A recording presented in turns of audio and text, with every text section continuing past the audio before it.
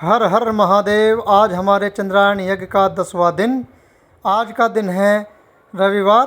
तो सबसे पहले हमने उठ करके श्री पूर्ण गुरु जी महाराज को किया नमन, उनको किया धन्यवाद। उसके बाद जैसे आप सभी लोग जानते हैं, मेरा डेली का जो रूटीन है वो है सुबह गुनगुना पानी पीने का। आज थोड़ा सा मैं लेट हो गया था उठने में, तो मैं चल दिया था अपने रसोई की तरफ। रसोई में क्योंकि मुझे करना है पानी गर्म। पानी गर्म करने के लिए मुझे जाना पड़ेगा रसोई में। तो जैसे ही मैं रसोई में पहुंचा, वहां पर पहले से ही मेरे बड़े भाई यानी कि संदीप कुमार थे एक, उन्होंने पानी गर्म किया हुआ था। वे कहने लगे भैया इसमें से आप पानी ले लीजिए।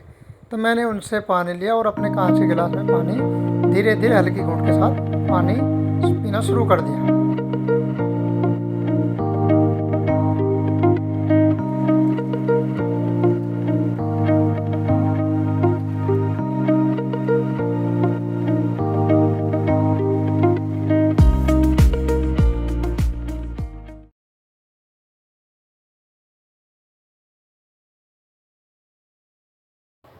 फिर मैं सुबह पूरी तरह से तैयार होने के बाद आ गया था अपने जहाँ पर मुझे अंत्य पूजा करनी थी, वहाँ पर मैं आ चुका था। फिर मैंने की अपनी अंत्य पूजा शुरू। श्री पूर्ण गुरु जी का ध्यान करते हुए सबसे पहले मैंने किया नमन। नमन के बाद मैंने किया सूर्य नमस्कार। सूर्य नमस्कार करने के बाद मैंने फिर श्री पूर्ण गुरु जी को ध्यान करते हुए सभी के स्वास्थ्य की कामना की। और फिर मैंने किया यजुर्वेद। यजुर्वेद की प्रक्रिया करने के बाद फिर मैंने किया सामवेद। सामवेद की प्रक्रिया को करने में आज मुझे थोड़ा सा समय ज़्यादा लिया। उसके बाद मैंने किया सुमिरन। सुमिरन करने के बाद मैं निकल आया था बाहर, क्योंकि मुझको जाना था रेस लगाने के लिए, और मैं रेस लगाने के लिए चल दिया।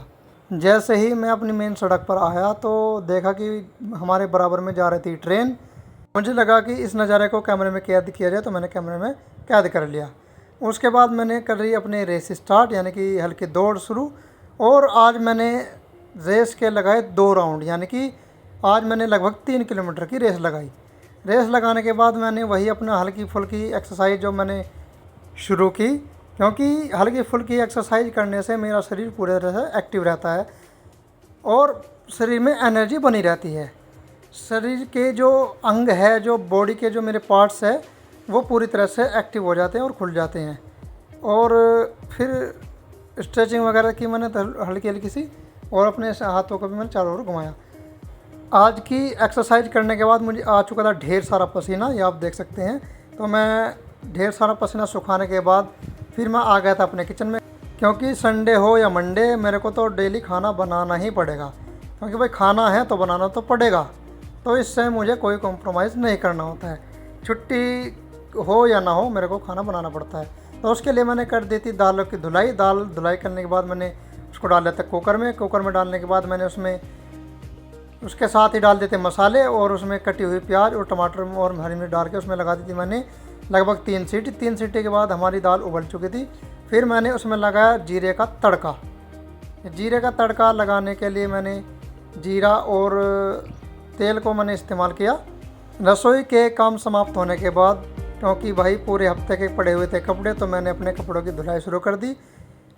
कपड़ों की धुलाई होने के बाद मैंने उनको मशीन में ड्रायर में सुखाने के बाद उनको डाल दिया था मैंने अपने बाहर गैलरी में। सुबह के सारे काम समाप्त करने के बाद मैं बैठ गया था भोजन के लिए।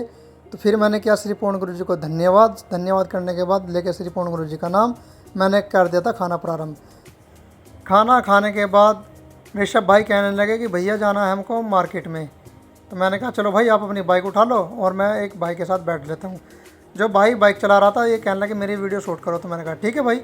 तो हम दोनों भाई ने फिर एक दूसरे की वीडियो शूट किया। वो मेरे पीछे आ रहा है, हम दोनों भाई वीडियो शूट करते रहे।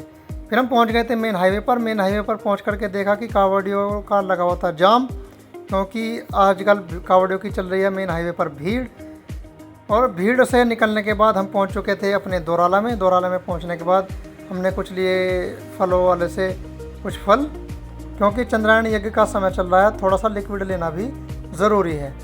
उसके बाद हम पहुंच गए थे मोदीपुरम। मोदीपुरम में जा कर के हमें अपने मोबाइल में कुछ काम कराना था। ये हमारे ऋषभ भाई हैं, क्योंकि ये फ़ोन लेकर के आए थे नया, और इन्होंने कहा भैया ऐसे दुकान पर लेके चलो जहाँ पर मैं अपने फ़ोन की मेम्ब्रेन सही से लगवा सकूं। तो भाई हम चले गए थे मोदीपुरम। जैसे ही हम मोदीपुरम से थोड़ा सा बाहर निकले तो पल्लवपुरम चौपले के आसपास आए हुए थे श्री माननीय मुख्यमंत्री योगी जी, क्योंकि योगी जी कर रहे थे हमारे जो शिव भक्त है, जो कांवड़ी हैं, उनके ऊपर फूलों की बरसात। और ये आप देख सकते हैं उनके साथ है सरधना के पूर्व विधायक संगीत सोम।